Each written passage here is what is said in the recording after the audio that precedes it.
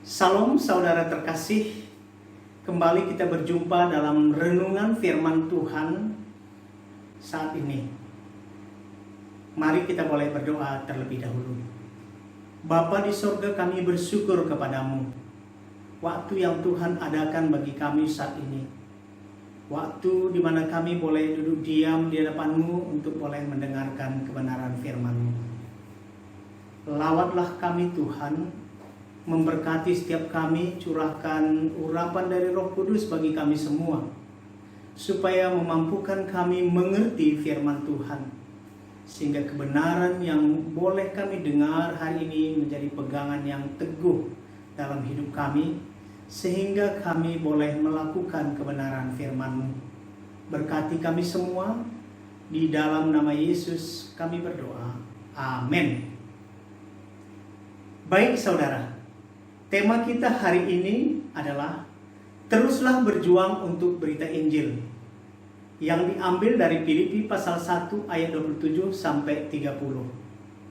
Sekali lagi, teruslah berjuang untuk berita Injil, dari Filipi pasal 1 ayat 27 sampai 30. Saudara yang terkasih, Rasul Paulus sudah menceritakan semua keberadaannya di dalam penjara, apa yang telah dia alami, tetapi lebih lagi bagaimana akhirnya berita Injil dapat tetap tersebar luas. Berita Injil tetap dapat tersebar, baik di dalam penjara dan juga menembus tembok istana dan juga keluar. Ini merupakan suatu sukacita tersendiri bagi dia.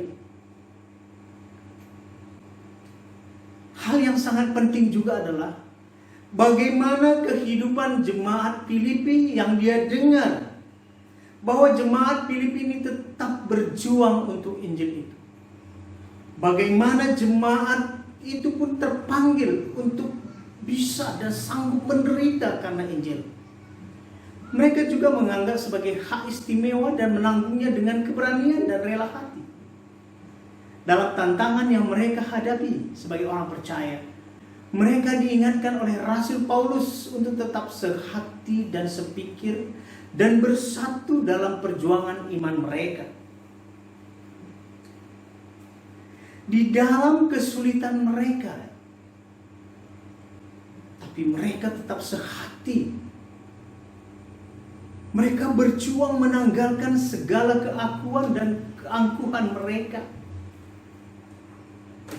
Mereka harus terus-menerus memandang kepada Kristus, sehingga meneladani cara hidup Kristus, pikiran dan tindakan Kristus. Itulah yang harus menjadi cara hidup mereka. Bagaimana membuat mereka mampu menghadapi segala tantangan yang ada di tengah-tengah mereka. Kristus harus menjadi teladan mereka, karena Kristus adalah juru selamat yang dengan rela telah menyerahkan hidupnya bagi mereka. Cara hidup dan kesaksian hidup mereka harus mencerminkan bukti nyata bahwa mereka sudah diselamatkan, sehingga ketaatan mereka memancarkan Kristus hidup di dalam hidup mereka. Demikian juga dengan kita sebagai orang percaya saat ini, harus meneladani Kristus dalam hidup kita, merendahkan hati dan dengan rela menderita karena berita Injil yang kita beritakan. Tetap sehati sepikir, karena dunia pasti menentang dan menolak Injil, dan akan berusaha untuk menggagalkan rancangan keselamatan bagi setiap orang. Kesehatian kita akan membuat kita kuat untuk sanggup menghadapi tantangan yang diperhadapkan kepada kita. Bagaimana kita dapat hidup? Bagaimana kita bisa mampu berjuang terus dalam pemberitaan Injil di tengah-tengah dunia yang pasti akan berusaha menggagalkan agar berita ini tidak tersebar? Apa yang harus kita hidupi? Terlebih dahulu saudara, mari saya membacakan firman Tuhan yang boleh kita renungkan bersama-sama. Dari Filipi pasal 1 ayat 27 sampai 30. Demikian firman Tuhan. Hanya hendaklah hidupmu berpadanan dengan Injil Kristus, supaya apabila aku datang aku melihat, dan apabila aku tidak datang aku mendengar, bahwa kamu teguh berdiri dalam satu roh, dan sehati sejiwa berjuang untuk iman yang timbul dari berita Injil, dengan tiada digentarkan sedikit pun oleh lawanmu. Bagi mereka semuanya itu adalah tanda kebinasaan, tetapi bagi kamu tanda keselamatan, dan itu datangnya dari Allah. Sebab kepada kamu dikaruniakan bukan saja untuk percaya kepada Kristus, melainkan juga untuk menderita untuk Dia, dalam pergumulan yang sama seperti yang dahulu kamu lihat padaku, dan yang sekarang kamu dapat dengar tentang aku. Saudara, bagaimana sungguh kita bisa berjuang untuk berita Injil di tengah-tengah tantangan dunia yang semakin bergelora. Karena banyak orang selalu mengambil sikap menentang Injil, berseberangan dengan Injil. Apa yang harus kita lakukan? Dari nats yang kita baca tadi, saudara, kita akan temukan beberapa hal di sana yang harus kita hidupi. Yang pertama adalah hidup harus berpadanan dengan Injil. Ayat 27. Hanya hendaklah hidupmu berpadanan dengan Injil Kristus, supaya apabila aku datang aku melihat, dan apabila aku tidak datang aku mendengar, bahwa kamu teguh berdiri dalam satu roh dan sehati sejiwa berjuang untuk iman yang timbul dari berita Injil. Mari perhatikan ayat 27 ini. Kata hendaknya di situ adalah suatu bentuk keharusan yang tidak harus dilakukan dalam kondisi apapun, yaitu tetap berpadanan dengan Injil Kristus. Oleh sebab itu, setiap jemaat Filipi saat itu dianjurkan untuk berjuang dalam hidup mereka, berpadanan sesuai dengan Injil Kristus. Dengan demikian juga kita, orang percaya saat ini, harus menghidupinya demikian. Ini adalah suatu keadaan yang harus diterapkan dalam hidup kita. Berpadanan dengan Injil Kristus artinya hidup harus seirama atau pas sekali. Tidak boleh kurang, tidak boleh lebih. Harus sama dengan Injil Kristus. Contoh yang saya boleh ambil sesuai dengan ini adalah kereta api dengan relnya. Kalau rel kereta api kebesaran atau kekecilan dengan lokomotif dan gerbongnya, maka pastilah keretanya anjlok saat berjalan.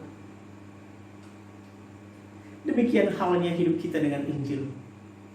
Kalau hidup kita tidak seirama dengan Injil, maka Injil tidak akan sampai mendarat dengan benar bagi orang yang kita layani. Kita tentu diingatkan kembali ke ayat 8 dalam pasal 1 dulu yang kita telah bahas bersama, tentang kasih mesra Kristus nyata. Jika kita menanggapi kasih Yesus dengan baik, maka akan terjadi denyut nadi Kristus berdetak di dalam nadi kita dan seirama. Demikian pula halnya dengan berpadanan dengan Injil Kristus di sini. Hidup kita harus menyesuaikan sama dengan atau pas dengan Kristus itu sendiri, sehingga seluruh keberadaan hidup kita harus menyatakan Injil Kristus. Dan disinilah letak perjuangan kita. Kata hidupmu dalam ayat 27 ini adalah menunjukkan tentang pelaksanaan kewajiban seorang warga negara bagi jemaat Filipi saat itu sebagai orang yang berada dalam jajahan Romawi. Mereka harus menunjukkan sebagai warga Romawi yang baik, yang harus bertanggung jawab. Ya, misalnya dalam membayar pajak, patuh pada aturan-aturan ketatanegaraan dan sebagainya. Demikian pula halnya mereka sebagai warga negara surgawi. Dalam pasal 3 ayat 20. Saya bacakan untuk kita. Dikatakan demikian. Karena kewargaan kita adalah di dalam sorga, dan dari situ juga kita menantikan Tuhan Yesus Kristus sebagai juru selamat.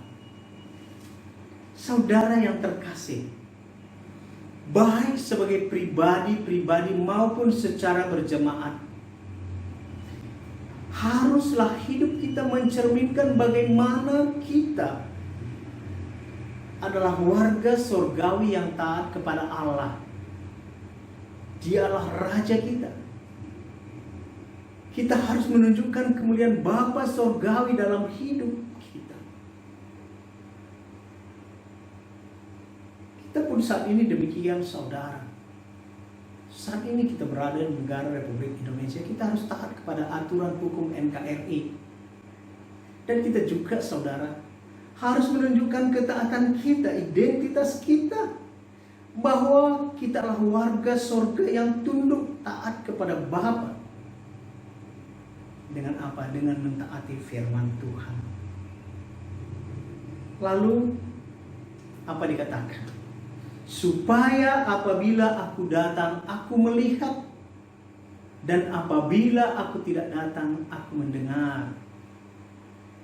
Tidak ada pilihan bagi Rasul Paulus saat itu, bahwa hidup atau mati, bebas atau tetap terpenjara bukan hal yang terpenting bagi dia.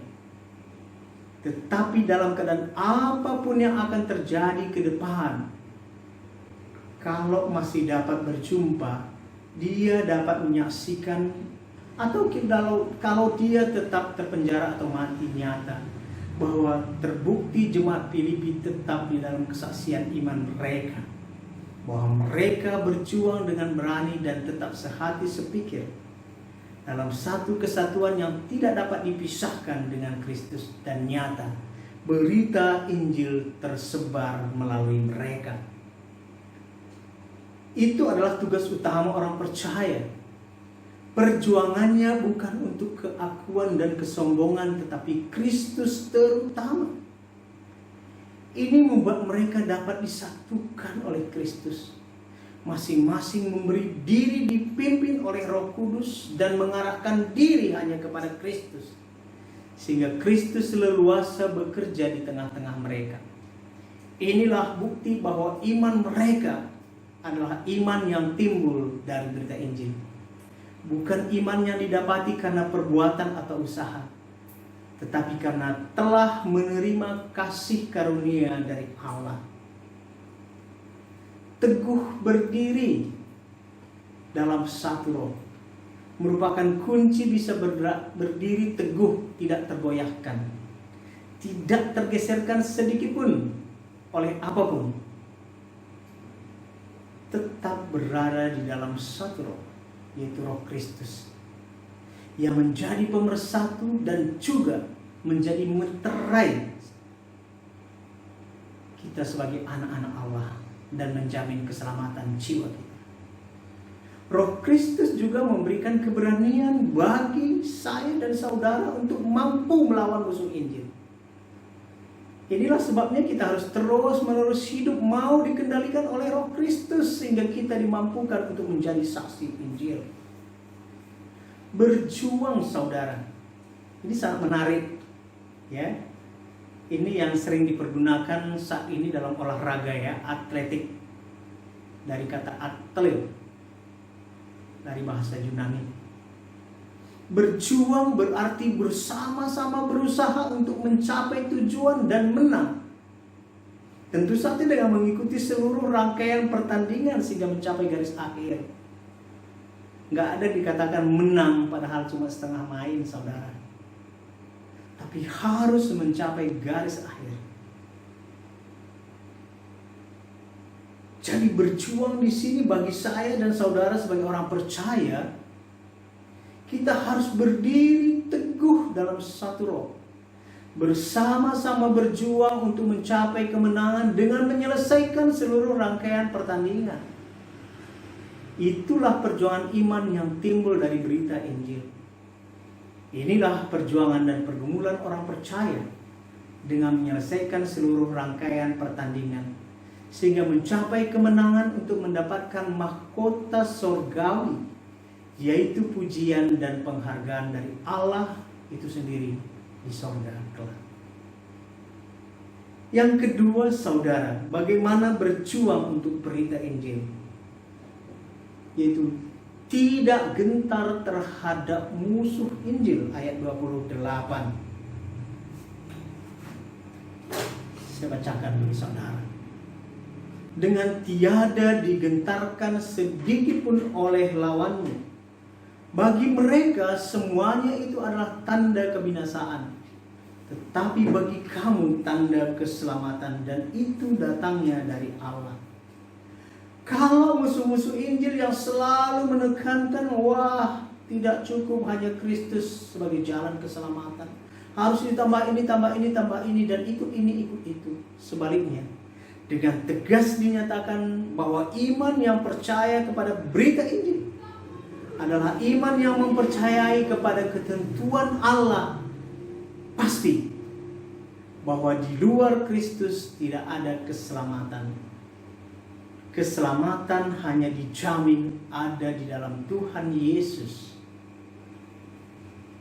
Saudara yang terkasih, kalau kita perhatikan bagian terakhir dari ayat 28 ini, jelas bahwa Allah yang menjamin kemenangan bagi orang-orang yang berani memberitakan Injil. Itu berarti juga bahwa goal dari pemberitaan Injil adalah keselamatan bagi setiap orang yang mempercayainya. Oleh sebab itu tidak ada alasan takut, ragu dalam pemberitaan Injil, saudara. Inilah sikap jemaat Filipi yang tidak gentar terhadap musuh-musuh Injil. Mereka tetap meyakini bahwa Allah ada berada di pihak mereka, menjadi pembela bagi mereka dan memberi kemenangan, sehingga Injil terus bergema di sekitar daerah Filipi. Demikian juga seharusnya sikap kita, yang harus berpegang teguh pada hal ini. Kita tidak perlu takut dan gentar menghadapi musuh Injil, tetapi berani menyaksikan Injil, sehingga setiap orang yang mendengarkan dapat percaya dan diselamatkan. Karena itulah kehendak Allah, yaitu keselamatan kepada setiap jiwa yang percaya kepada Tuhan Yesus Juru Selamat oleh pemberitaan Injil. Perhatikan kembali ayat 28 tadi. Dengan tiada digentarkan sedikit pun oleh lawanmu. Inilah nasihat Rasul Paulus dan sikap yang harus diambil oleh jemaat Filipi, sehingga mereka merasa dibentengi dan menjadi tambah berani. Mereka sadari bahwa mereka adalah hamba dari Kristus. Orang yang melawan hamba Kristus adalah melawan Allah sendiri. Maka Allah yang akan berjuang untuk melawan mereka yang menjadi musuh Injil. Dan pastilah kebinasaan yang akan mereka tuai. Rasul Paulus mengingat ketika menulis ini kepada jemaat Filipi, dia pasti ingat apa yang dulu sebelum dia bertobat, apa yang dia lakukan. Dia mengejar-ngejar orang percaya, menganiaya, bahkan membunuh mereka. Tetapi Allah menyatakan dirinya dalam perjalanan ke Damsyik itu, bahwa apa yang dia lakukan saat itu adalah menganiaya Tuhan Yesus. Kita bisa temukan dalam Kisah Para Rasul 9 ayat 3-5. Akhirnya dia sadari bahwa melawan orang percaya adalah melawan Allah sendiri. Kata digentarkan dalam ayat 28 ini adalah suatu kata yang berarti bagaikan kuda yang dikejutkan. Pasti lari, tidak dapat dikontrol dan dikendalikan. Saudara, saya teringat dulu ketika masih menggembalakan lembu di kampung. Kami biasanya ikat lembu itu kalau sekolah dan sore hari dilepas. Apa yang terjadi? Ya, ketika saat diikat dan ada yang membuat dia terkejut, maka sekencang mungkin dia lari. Bahkan tali pengikatnya bisa diputuskan. Dia lari. Lama baru bisa dikendalikan, saudara. Ini yang dipakai kata tidak digentarkan di sini. Jadi dengan tiada digentarkan sedikit pun oleh lawanmu, artinya ketika kita hidup berpadanan dengan Injil Kristus saat kita memberitakan Injil, maka kita tidak bisa dikejutkan sedikit pun oleh musuh-musuh Injil. Sebaliknya tetap terkendali dan sadar sebagai hamba Allah yang dikendalikan oleh Allah sendiri sepenuhnya. Bahkan kita selalu dengan berani memberitakan Injil keselamatan. Inilah seharusnya sikap kita sebagai orang percaya. Menyadari diri sebagai hamba Allah yang bekerja untuk menyenangkan hati Allah. Kita akan mau memberi diri dikendalikan Allah. Maka Allah lah yang mengerjakan segala kebaikannya bagi saya dan saudara dengan berkat-berkatnya. Kita akan punya keberanian dan hikmat untuk memberitakan Injil. Sehingga banyak orang menjadi percaya dan diselamatkan oleh pemberitaan Injil yang kita lakukan. Bagi musuh-musuh Injil yang selalu berusaha menggagalkan usaha-usaha pemberitaan Injil, maka mereka memberi diri mereka berada di bawah murka Allah. Mereka menjadikan diri mereka menjadi musuh Allah. Maka kebinasaan akan menjadi bagian mereka. Sebaliknya, bagi orang-orang percaya yang berjuang untuk berita Injil, ini adalah tanda-tanda keselamatan. Dan tanda ini akan menyatakan bahwa kita akan berusaha selalu menyenangkan hati Allah yang menjadi pemilik jiwa kita. Saudara, jangan takut memberitakan Injil. Tunduk taat kepada Allah. Dia pasti memberi kekuatan dan keberanian bagi kita. Yang ketiga, bagaimana berjuang untuk berita Injil. Dikaruniai untuk menderita bagi Kristus, ayat 29 sampai 30. Ya, saudara dikasih oleh Tuhan Yesus. Jangan pikir kalau menjadi orang Kristen itu enak, senang saja, bebas masalah. Tidak, saudara. Kita akan temukan dalam ayat 29-30 bahwa kita juga dikaruniai menderita bagi Kristus. Ayat 29. Sebab kepada kamu dikaruniakan bukan saja untuk percaya kepada Kristus, melainkan juga untuk menderita untuk Dia.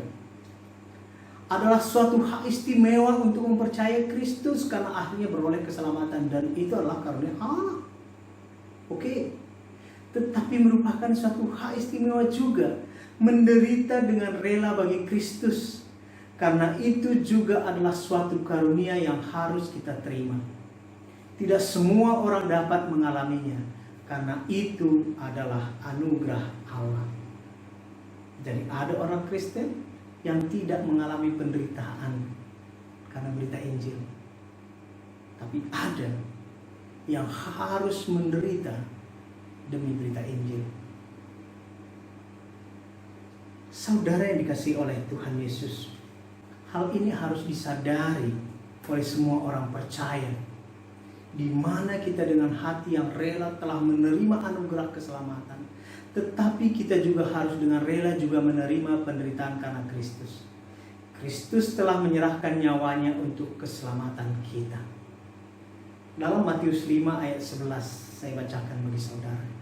Berbahagialah kamu jika karena aku kamu dicela dan dianiaya, dan kepadamu difitnahkan segala yang jahat.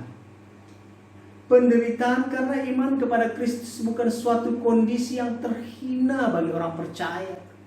Rasul Paulus sendiri merasakannya saat dia menuliskan surat ini kepada jemaat Filipi. Dia tidak mengeluh dan menyesali dirinya telah percaya kepada Tuhan Yesus. Tapi dengan sukacita yang dia rasakan, dia berkata, aku layak mendapatkannya. Bahkan hatinya terus berkobar-kobar dengan berani memberitakan Injil. Dalam 2 Korintus 12 ayat 10 juga berkata demikian. Karena itu aku senang dan rela di dalam kelemahan, di dalam siksaan, di dalam kesukaran, di dalam penganiayaan dan kesesakan oleh karena Kristus. Sebab jika aku lemah, maka aku kuat. Rasul Paulus menyatakan sebuah kesaksian kepada jemaat Korintus juga demikian. Bahwa di dalam penderitaan dan kesukaran yang dia alami karena Kristus, justru menjadikan dia tambah kuat. Karena pada saat kondisi seperti itulah kuasa Tuhan makin nyata bekerja di dalam dirinya. Tuhan Yesus katakan, kalau hal demikian engkau alami, berbahagialah. Rasakan itu suatu berkat bagimu. Kristus telah menjadi teladan bagimu. Dia telah rela menggantikan posisi saya dan saudara untuk menerima ganjaran kematian di atas kayu salib karena kasihnya kepada saya dan saudara. Selayaknya lah kita juga dengan rela untuk menyatakan kasih kita kepadanya, dengan mencintai jiwa-jiwa yang dia cintai, walau untuk itu kadang diperhadapkan dengan penderitaan. Saudara, walau untuk berita Injil itu kita harus menderita agar semakin banyak jiwa-jiwa yang mendengar Injil seperti Rasul Paulus alami. Mengapa tidak? Kalau itu adalah kehendak Allah, agar mereka semua dapat diselamatkan. Penderitaan yang demikian adalah suatu hak istimewa bagi saya dan saudara untuk menanggungkannya. Karena penghiburan dan kekuatan kita datangnya dari Allah. Ayat 30. Dalam pergumulan yang sama seperti yang dahulu kamu lihat padaku dan yang sekarang kamu dengar tentang aku. Mari perhatikan ayat ini. Dalam pergumulan yang sama adalah pernyataan Rasul Paulus sendiri yang mengungkapkan memang jemaat Filipi sudah seharusnya menanggung hal yang sama seperti yang sedang dialami oleh Rasul Paulus. Jemaat Filipi menyaksikan penderitaan Rasul Paulus, maka patutlah suatu saat kepada mereka pun akan diperhadapkan hal yang sama. Kata pergumulan yang dipakai dalam ayat 30 ini adalah penderitaan atau kesakitan yang sangat. Jadi sesungguhnya kesakitan atau penderitaan yang sangat beratlah yang sedang dialami oleh Rasul Paulus dalam pemenjaraannya. Tapi dia abaikan. Asal apa? Asal Injil terus bergema melalui hidupnya.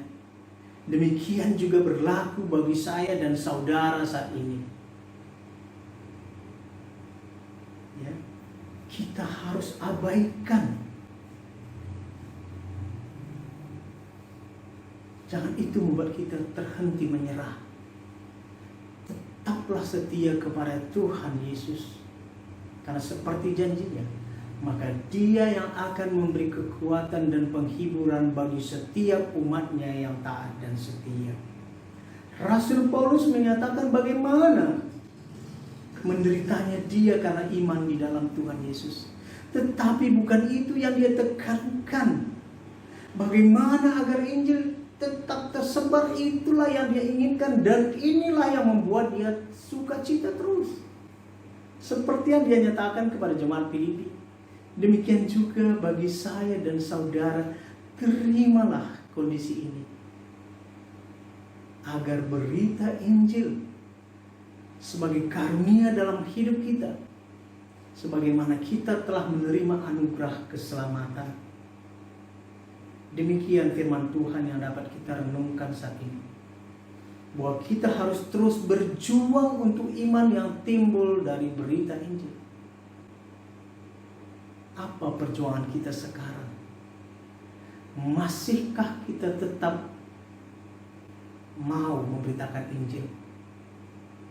Sudahkah kita siap sedia menerima segala tantangan, pergumulan karena berita Injil yang kita nyatakan? Atau Masihkah menjadi satu beban bagi kita? Beban yang sangat berat ketika ada tantangan penderitaan yang muncul dalam pemberitaan Injil yang kita lakukan, dan akhirnya kita mundurkan diri. Renungkanlah saudara. Banyak dan terlalu banyak jiwa-jiwa yang saat ini sedang menuju kepada maut. Masihkah kita santai dan membiarkan mereka masuk ke dalam maut itu? Mereka itu mungkin saja saudara kita, keluarga kita, teman kerja atau teman pergaulan kita, orang-orang yang tidak kita kenal sama sekali. Tapi kita tahu mereka belum mengenal Kristus. Saudara yang terkasih, berapa banyak waktu yang kita abaikan dalam pemberitaan Injil, tanpa doa, tanpa Injil kita beritakan. Berapa banyak waktu yang kita sia-siakan tanpa mulut bibir kita tidak pernah kita pakai untuk menyaksikan Injil kepada orang-orang terdekat kita. Karena alasan takut, kita menunda waktu untuk menyatakan Injil kepada mereka. Hidup ini singkat dan kita tidak tahu kapan waktunya akan berakhir. Tanpa Injil yang kita nyatakan kepada mereka itu, mereka sedang berlomba menuju kepada maut. Saudara, saya akan akhiri khotbah ini lewat sebuah pujian yang menantang saya dan saudara untuk memberi diri, menyatakan kasih Tuhan kepada jiwa-jiwa yang belum mengenal kasih Bapa.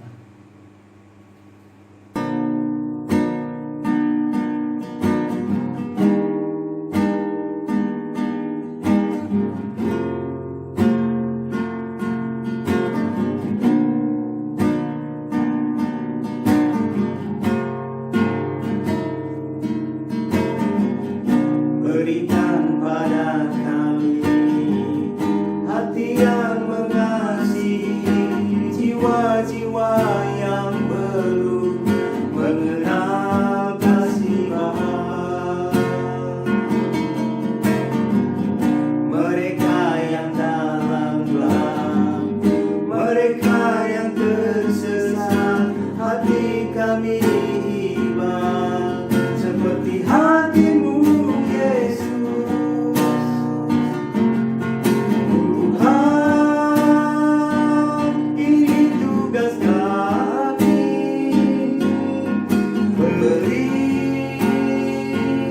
Keberanian bagi kami, taruhlah roh yang rela melayani dan menyenangkan hati Tuhan, itu yang kuingini. Mari saudara, memberi dirimu masuk ke dalam misi Injil bagi dunia. Apa yang dapat engkau berikan? Waktumu, doamu, tenagamu, danamu, dirimu bagi pemberitaan Injil.